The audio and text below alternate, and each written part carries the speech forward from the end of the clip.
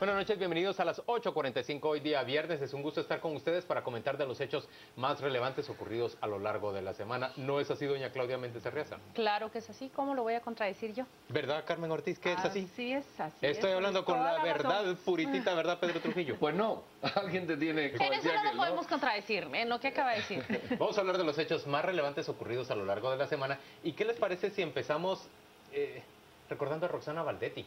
Roxana Valdetti ha pasado de estar ingresada en el Centro Médico Militar el día jueves, ayer mismo, fue trasladada hacia el Centro de Detención Santa Teresa, el Centro de Detención Preventiva de Mujeres Santa Teresa. Yo, que podría decir muchas cosas respecto de este traslado, lo que discuto es si se encuentra en las condiciones apropiadas para ser trasladada o no. Cuando uno habla en corto con los médicos de INASIF, cuando uno habla incluso con las autoridades del Centro Médico Militar, ninguno de ellos lo dice de manera oficial, sino solo cuando se habla, digamos, de persona a persona y sin que haya micrófonos de por medio. Ellos dicen, ella todavía requeriría internamiento, porque tiene que ser asistida con medicamentos, porque el catéter arterial le ha sido recientemente cerrado, y porque es una persona que se encuentra todavía en un estado delicado. Pero hay una presión de opinión pública a la cual responde incluso el mismo INASIF, me parece a mí, con su informe oficial, y el juez Gálvez, que dicen que lo que debe ocurrir es que ella sea trasladada a Santa Teresa, y eso es lo que ha pasado el día jueves. Ahí está la discusión. ¿Qué piensan ustedes? Mira, yo voy a empezar si quiere. Yo voy a poner 4 preguntas. Todo dicho, has puesto una, yo voy a poner 4. La primera es, ¿así tratan a todos los presos de este país? No. Esa sería la primera pregunta.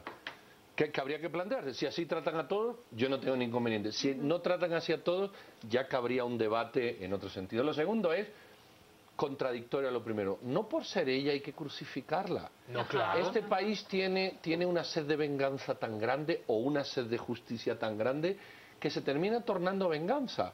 Es decir, si la señora está mal, salvando la primera cuestión, que a lo mejor a todos nos los tratan igual, pero si la señora está mal, está mal.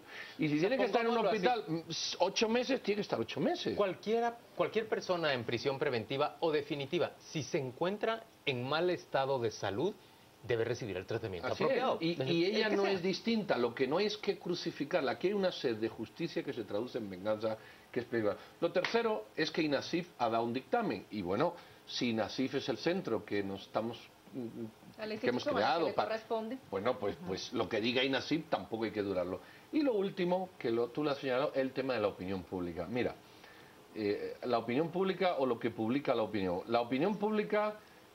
alguien dijo que una democracia no es tal si no está regida precisamente por el tema de la opinión pública. No. La opinión pública está bien, pero cuando la opinión pública tiene capacidad de discernir y de generar un criterio lo más racional posible y lo menos emotivo posible. Hablar de opinión pública después de los atentados del 9/11, hablar de opinión pública después de una catástrofe como la de Cambrai, o hablar de opinión pública, hay una emotividad que no es racionalidad. Yo creo que aquí la opinión pública, en mi percepción, es más emotiva que racional y nos puede desemparejar los criterios.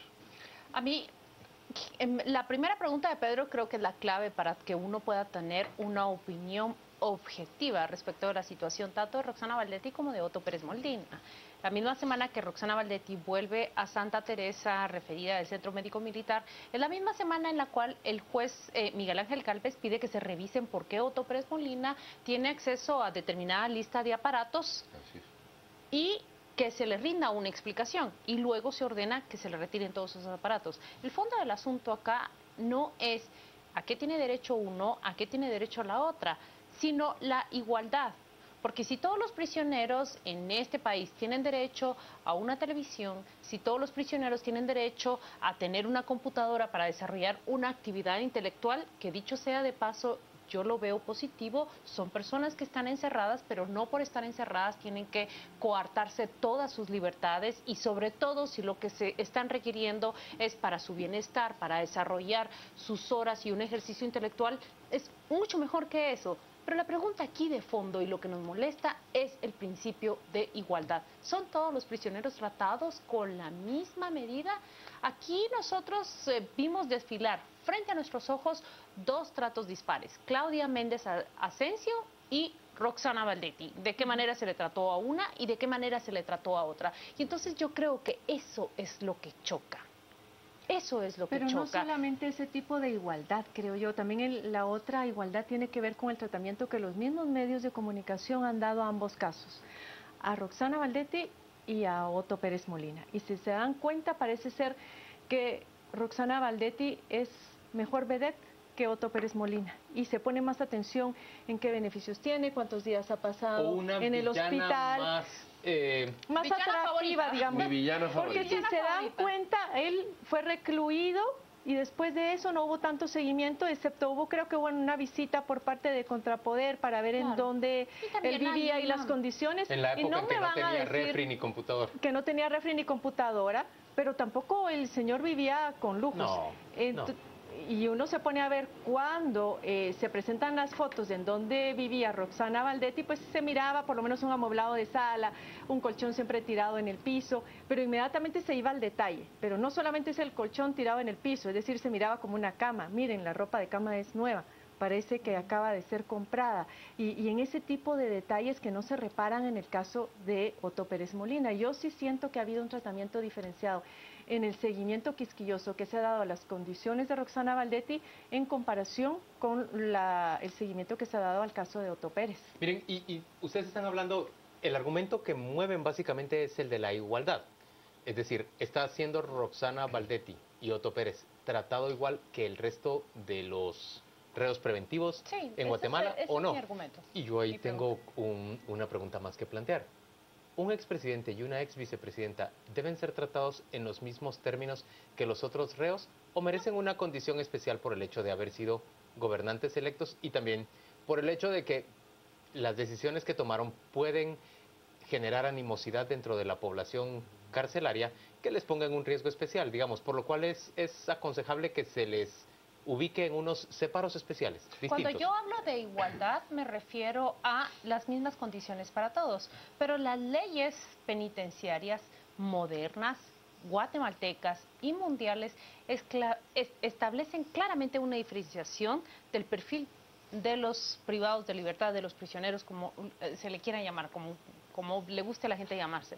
No se puede tratar de la misma manera a un chico que accidentalmente atropella a alguien con su carro, como tampoco se puede tratar de la misma manera a un policía que incurre en un delito. Tampoco se puede tratar de la misma manera a un funcionario que incurre en delitos de corte administrativo, aunque el expresidente y la ex vicepresidenta están juzgados por ley de criminalidad organizada. Simplemente que el sistema penitenciario tenga los perfiles claros, los delimite y los trate en consecuencia a esos perfiles. Yo creo que hay que tratarlos de manera diferente porque pero no todas las personas que llegan a tribunal... Exactamente, la diferencia no es un privilegio. Puede haber trato diferenciado porque necesitan mejores medidas de seguridad, por ejemplo, pero eso no tiene que traducirse en un privilegio. De todas maneras, te voy a decir una cosa, en el mundo siempre hay como 3 colectivos que tienen un privilegio de trato por la profesión que ejerce. Y tiene sentido, militares, policías y jueces. Claro. Porque esos colectivos metidos en prisiones comunes genera una inmersión. Claro. Entonces, lo que tú sí puedes hacer es una cárcel igual que otra, o sea, 2 cárceles iguales. En una, vamos a decir que mete delincuentes comunes y en otra puedes meter jueces y policías. Las cárceles son iguales. Lo que pasa es que separas el colectivo. Y yo Crea tus perfiles. Eso, pero solo en eso. Pero es igual. La comida es igual, el trato es igual. Y luego la seguridad puede ser distinta en función de la peligrosidad. Yo creo que la respuesta es consensuada, ¿verdad? Vamos al siguiente punto, señores. ¿Cuándo el Estado de Guatemala va a tener con qué y la decisión de construir cárceles en donde todos los reos, sean políticos, jueces, policías o militares o personas ciudadanos comunes de otra procedencia, sean tratados de manera digna, pero en unas condiciones de reclusión propias, quiero decir, en unas auténticas condiciones de reclusión. ¿Cuándo vamos a tener cárceles modernas en Guatemala? ¿Cuánto necesitamos para eso? ¿Y por qué nos hemos pasado la última década hablando de esa aspiración que, por cierto, es muy condenada por la opinión pública, que no quiere ver que se invierta plata No hay en las duda que ha cárceles? sido muy rentable Tratada, que esto se mantenga así por la corrupción, porque Trataron- siempre hay quien se beneficia de que esto no tenga salida. Y por ejemplo, esta semana lo hablábamos con el caso de las extorsiones. ¿De qué sirve que el Ministerio Público haya desarticulado una banda de extorsionistas integrada por alrededor de 18 personas si las vas a llevar al preventivo 18, al preventivo de la zona 18, que es de donde sale el mayor número de llamadas por extorsión? Entonces, al final, lo único que estás haciendo es movilizándolos de la colonia o el barrio en donde ellos vivían y los vas a pasar al preventivo en donde ellos van a seguir cometiendo sus fechorías y a veces ni siquiera solamente eso, sino que salen con másters y doctorados en criminalidad. A decir del presupuesto que tenemos para el próximo año, si es que queda como se está discutiendo actualmente, tampoco es que podamos tener muchas esperanzas en que esa situación varíe. Pero mira, hay tres temas. Yo creo que primero, tú dices, ¿por qué no se ha hecho? Bueno, no ha habido voluntad. Pero la pregunta es, ¿por qué no ha habido voluntad? Yo creo que hay una discusión no dada socialmente. ¿La cárcel es para rehabilitar o la cárcel es para penar? Porque eso cambia sustancialmente la visión de política pública. La hubo, porque recuérdate que se hizo Pero la no la ha separación habido completa social. de rehabilitación, de una granja de rehabilitación penal. Es decir, nosotros tenemos el modelo de prisión, granja de rehabilitación, porque en su momento la Sí. hubo. Tú, Claudia, esa pero fue un discusión- ¿Tú modelo... sos favorable al modelo de rehabilitación o al punitivo? Completamente, Al de rehabilitación. completamente, porque Carmen, yo creo que no tiene También. sentido encerrar a un ser Rehabilitación. humano ¿Pedro? sin... No, y te voy a decir por qué. Porque yo no me tengo que encargar de rehabilitarte a ti. Tú y yo vivimos en una sociedad. Así Bueno, pero- nacemos. Libremente tú y yo... Pero Solo una escucha mi cuestión. razonamiento. Es la rehabilitación.